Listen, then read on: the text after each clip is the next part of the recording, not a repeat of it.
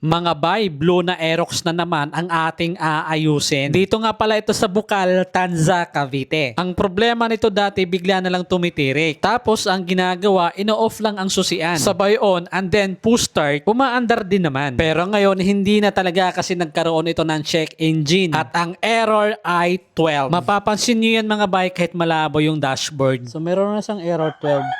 So ang problema ngayon, kapag pinapo-start natin, tumutunog naman yung relay. Yes mga bay, tama ang narinig nyo, tumutunog yung relay pero ayaw mag-start. Ano ang gagawin? Ganito lang. Ayan mga boss yung relay. Pakinggan nyo ah.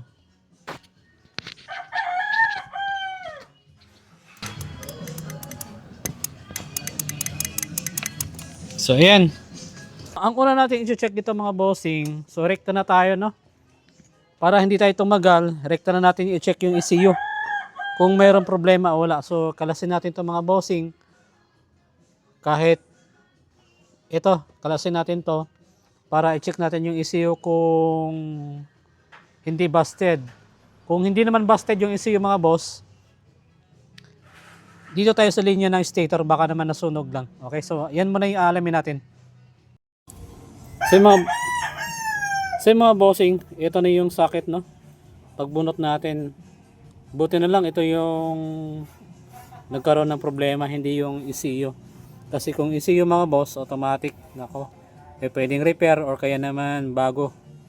Yung bago ito nasa 8,000, 8,000 tapos yung ito namang socket, gagawin natin dito, papalitan natin to siya. So may socket naman siya dito mga bossing. Ito. Alisin natin to dito.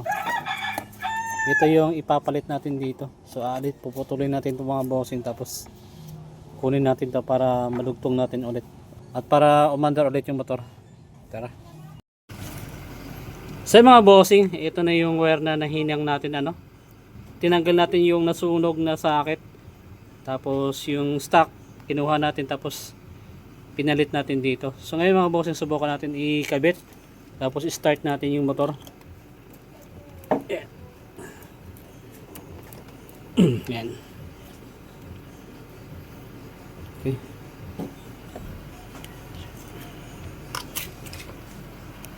Ay mga boss, so start natin ha. Kung aandar ba yung motor.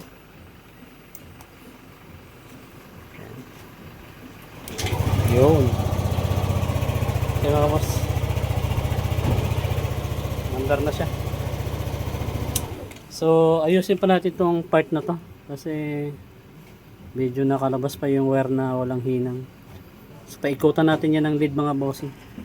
So yan mga bossing, yung problema ng motor ni sir is yung socket lang ng papuntang ECU galing stator.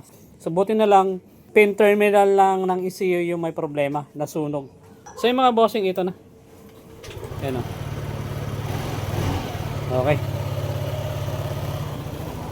So mga boss, kung sakaling ganun yung problema nyo, kapag pinipo-start yung mga bossing tapos tumutunog lang yung relay, possible niyan may sunog yung wire galing stator papuntang ECU, or pwede namang yung stator coil dito sa loob may sunog.